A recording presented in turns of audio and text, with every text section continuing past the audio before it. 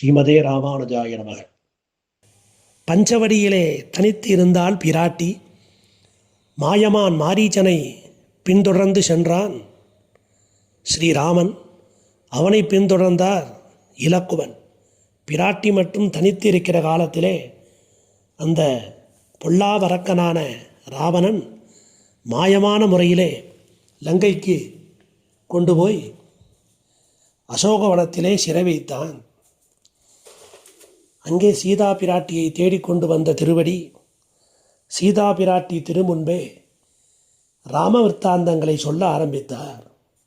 திருவாளி மோதிரத்தையும் கொடுத்து பிராட்டியினுடைய திருவுள்ளத்தையும் மகிழ்ச்சி அடையும்படி செய்தார். அப்படி உயர்ந்த ஒரு காரியம் செய்தார் திருவடி. அந்த செயல்களை எல்லாம் மகிழ்ந்து எம்பெருமான் காட்ட தாம் கண்டபடியே அதனை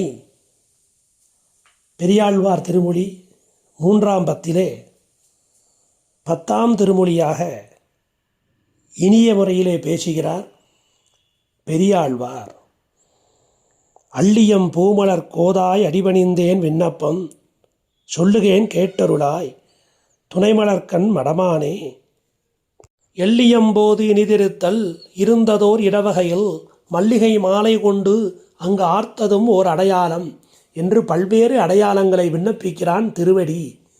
தாம் ராமதூதன், நாம் ஆயா அசுரனல்லன் என்று பிராட்டிக்கு அந்த விண்ணப்பங்களை தெரிவிப்பதாக இங்கே பெரியாழ்வார் குறிப்பிடுகிறார். மல்லிகை மாலை கொண்டு அங்கு ஆர்த்ததும் ஓர் அடையாளம். இந்த அடையாளம் பெரியாழ்வார் காண்பித்த இந்த அடையாளம் திருவடி பிராட்டியிடம் விண்ணப்பிப்பதாக சொல்லக்கூடிய ஓர் அடையாளம். அது ஸ்ரீராமாயணத்தில் இல்லை, கம்பராமாயணத்திலும் இல்லை.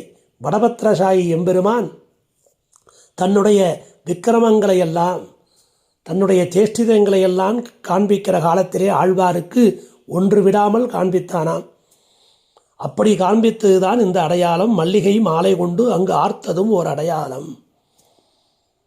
அந்த ராமபிரானை பிராட்டி மல்லிகை மாலை கொண்டு கட்டுவிக்கிறாள்.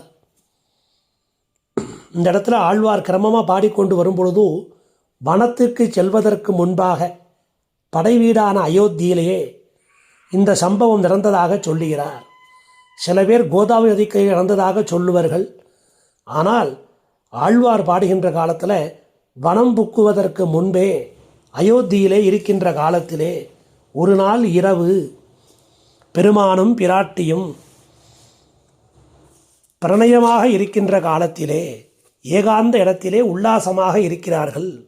அப்படி வந்த அந்த பிரணய ரோஷத்தினால், அந்த மகிழ்ச்சியினால் உண்டாகக்கூடியது. அந்த பிரணய ரோஷத்தினாலே பிராட்டியானவள் இந்த ராமபிரானை மல்லிகை மாலை கொண்டு கட்டுவிக்கிறாள். இதை அனுமன் ஒரு அடையாளமாக கூறுகிறான். அப்படி கட்டுவித்த அப்படி ராமனை கட்டுவித்து விட்டு இவள் தோட்டத்திலிருந்து வந்து விடுகிறாள்.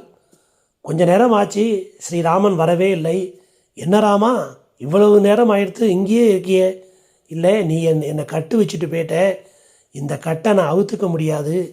நீ எனக்கு ரொம்ப பிரியமானவள். அதனால் நீ கட்டின இந்த கட்டை நீயே வந்து அவுக்கணும். அதற்காக காத்து கொண்டிருக்கிறேன் அப்படின்னு ஸ்ரீராமன் சொன்ன உடனே அந்த சீதைக்கு பேரானந்தம். அதுபோல இந்த ஒரு அடையாளத்தை 2வது பாசுரமாக பெரியாழ்வார் திருமொழி 3ஆம் பத்து 10ஆம் திருமொழியிலே இந்த நிகழ்ச்சி நடந்ததாக இங்கே பெரியாழ்வார் குறிப்பிடுகிறார். அதற்கு அடுத்த பாசுரத்திலே தான் வனம் செல்வதாக குறிப்பிடுகிறார். சில 2 அபிப்பிராயமும் உண்டு. வனம் சென்ற பின்பு இது நடந்ததாக சொல்லுவார்கள் சிலர். அதற்கு முன்பு நடந்ததாக கொண்டால் பொருத்தமாக இருக்கிறது என்பர் சிலர். இருந்தாலும் இந்த அனுபவம் அது முன்பு நடந்ததோ பின்பு நடந்ததோ, இந்த அனுபவம் நமக்கு பேர் ஆனந்தமாக இருக்கிறது அல்லவா. பெருமானும் பிராட்டியும் இப்படி ஒரு ராத்திரி வேளையிலே ஏகாந்தமாக உல்லாசமாக இருந்தார்கள்.